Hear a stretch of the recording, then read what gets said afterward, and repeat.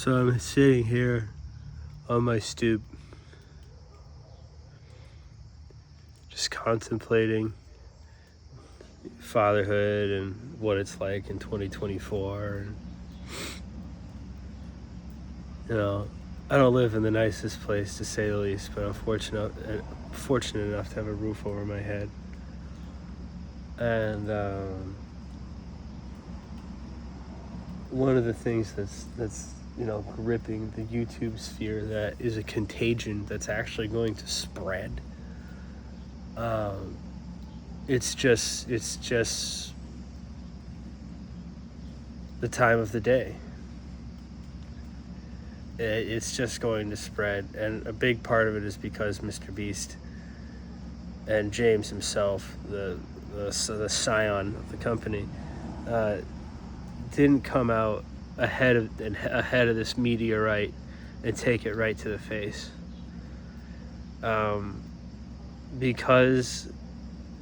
Because he relied on methods that had worked traditionally. When he was able to, and his team were able to manage small groups of people. Once you have, he has over 300 million subscribers, or did allegedly. Once you have that number of eyeballs on you,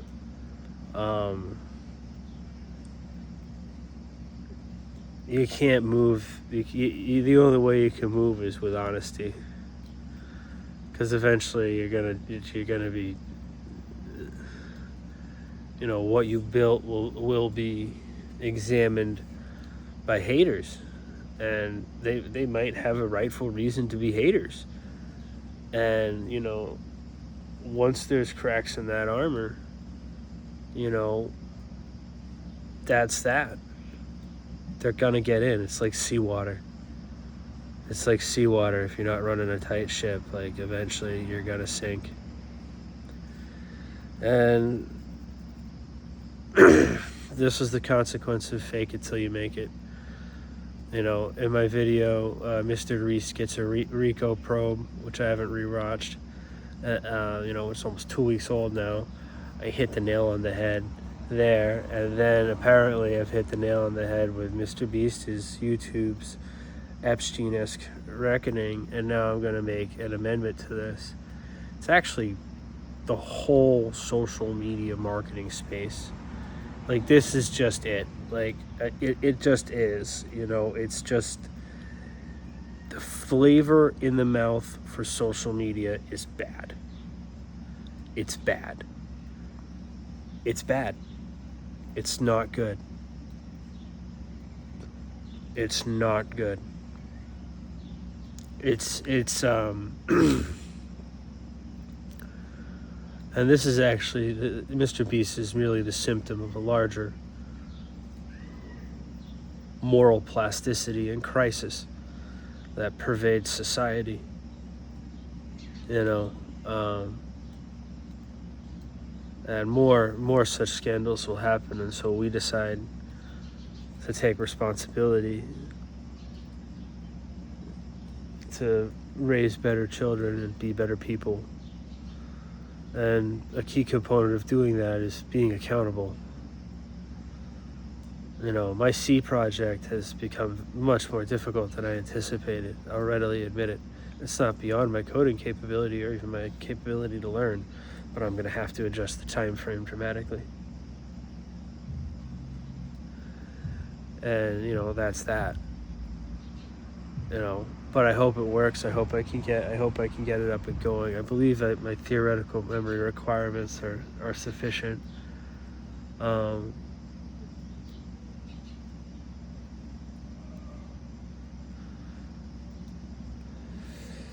this MrBeast guy and all of YouTube, dude, it's all of YouTube marketing. And then he climbed to the top, and then, true to form, once everybody had come up to him and was like, "Yo, this is the brass ring. The hustle's kind of done. We can go cruise control now." And he was still the managerial horror that I always pegged someone like him as.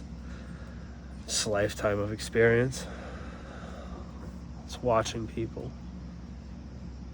And but now this guy, and it's all out there. It's all out there. And I'm not the only one who called it. There are many, many, many, many people that called it. And I hope now we're just a lot more vocal about it. Even if you can't, don't cast any aspersions, but you can always say something about the guy doesn't feel right to me. And that's what I would do and will do. Especially now with kids. It's like, bro, the minute you feel anything's off about a character, that's that. Arm's length or more. You can't take the risk. You can't take the risk.